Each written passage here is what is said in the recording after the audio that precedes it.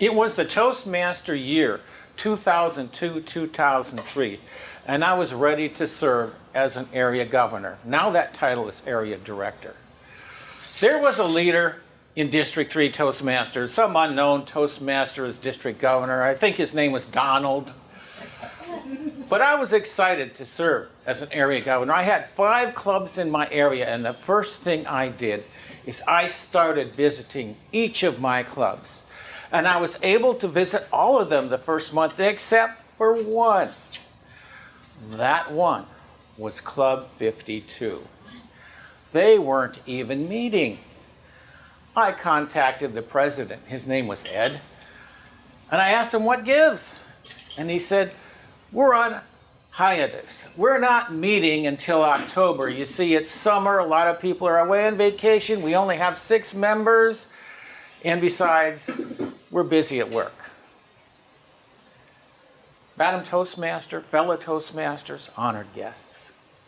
If you were in that leadership position, what would you do? There is no wrong answer, but I'll tell you what I did. I had known him, his name was Ed, I'd known him for many years. In fact, we had both been members of this club for many years. So I trusted him. And there was another problem I had. One of the clubs I visited was a very weak club. They only had 6 members. They were known as first-class Toastmasters. You may wonder why. It's because they were chartered by an airline company. A year after they were chartered, the airlines decided we didn't want them and kicked them out.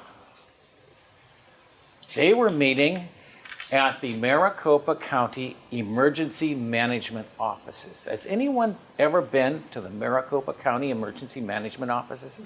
One has. Well, I tell you how to find it. You go west of the Papago Peaks on McDowell Road, and what you'll see there is a large area surrounded by a chain link fence topped by barbed wire. The Arizona National Guard meets there, so you see a lot of military vehicles and helicopters. You may wonder how to get there. There is a road immediately west on the other side of this chain link fence. You drive up a hill and turn right, but you get into the left lane because you have to push a button on a wireless. And someone on the intercom will say, "Who are you?" And you say, "I'm a Toastmaster, I'm here for the meeting." The gate rolls back and you continue to drive uphill until you reach a level spot with parking spaces. You park there, and then comes the fun part. You walk over to the entrance and go down. You go down really far, a series of steps, concrete steps, until you finally reach a door, and you are now at the Maricopa County Emergency Management Service. It was built in World War II and meant to be a protection against any possible enemy bombs, and it works. There were only 6 members of this club, and I decided I would set a good example. I went there every meeting, every Tuesday. I would leave work in Tempe, drive over there to the Emergency Management Services, attend the meeting, and then drive back. I even joined the club. But I got a shock when I went to the first meeting in August. I got there, we're all at the table. By now I'm a member, so we have 7 members in the club. And the other 6 said, "We don't want to meet until January." You're kind of burned out. Well, I was Toastmaster enough to know to give them some good advice. I said, this is Newton's second law as applied to Toastmasters. Clubs in motion tend to stay in motion. Clubs at rest tend to stay at rest. They don't meet again. But they were firm. They just weren't going to meet. And I said, "What would you do?" I said to them, "Okay, but you have to meet once in September and pay your dues renewals." Strangely enough, they agreed to that. September came, we met, they paid the dues renewals, that's all that happened. And then along came October. This is when Club 52 was supposed to meet. Ed gave me a call and said, you know, the business is going like crazy. We're getting ready for Christmas deliveries, etc., etc., etc. We are going to meet in February. What would you do?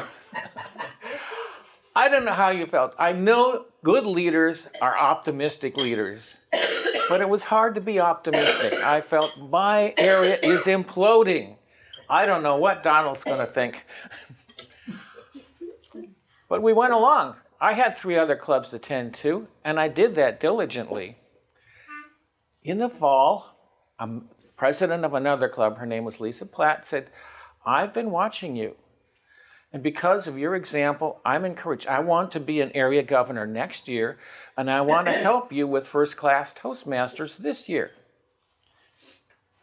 I thought, oh, it's never going to happen. In February, Club 52 finally met. The president met with the members, and they said, we are disbanding.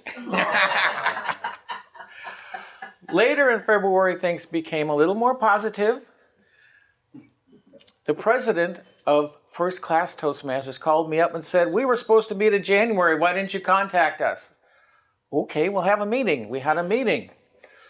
And the members got together, and they said, okay, now what do we do? I suggested, why don't we have a communication and leadership seminar for 6 weeks? Let's publicize it. Get ready. We did publicize it. We started the seminar. 1 guest showed up. What would you do? The club showed its integrity. We actually had this seminar for 1 member, 1 person. On the last day of the seminar, we offered to apply his $20 fee to joining the club. He joined. He had come from On Semiconductor across the street. So what do we do now? Can you reserve a room? Let's have another seminar there. We did. 25 people came. At the end of the seminar, 20 joined. That has been a strong club ever since. That's how I learned my style of leadership and leadership principles. Those are the principles you follow for good leadership. And I'll finish with this quote from Captain Jean-Luc Picard of the Starship Enterprise, who turned and said, number 1, there is no substitute for leadership. Madam Toastmaster.